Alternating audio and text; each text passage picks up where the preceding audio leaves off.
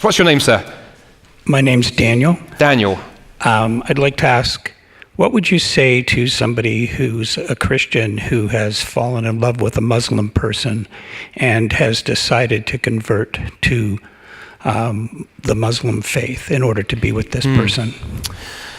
That's a very, very interesting question, and I don't know the story behind it. I mean, I hear versions of that question from a number of places. One is I sometimes meet mums and dads who have a child who have done exactly as you've described. They've met somebody from the Muslim faith and gone through that. I would say a couple of things. Firstly, I'd want to press into and find out what their understanding of the Christian faith was beforehand.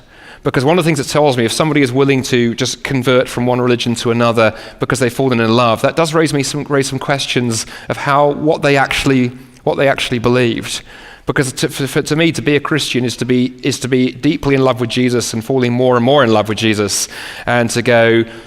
That raised some questions of what would cause me to walk away from that. If, on the other hand, Christianity for them was this sort of semi-religious framework they were raised in, and they've simply switched out one religious framework for another, that's a whole other story. So the first thing I'd want to do, Daniel, is gently ask some questions there and find out their story. And then secondly, I think I'd want to gently raise some questions around how much they understand around Islam. Whenever I meet people who are either thinking of or are working their way into Islam, one question I often gently like to ask, and I say gently, because at the end of the day, I don't want to sort of try to beat up on my Muslim friends. We want people to be drawn to the beauty of Jesus, not feel as Christians we're just throwing bricks at them. But there is the issue that the entry into Islam is a one-way door.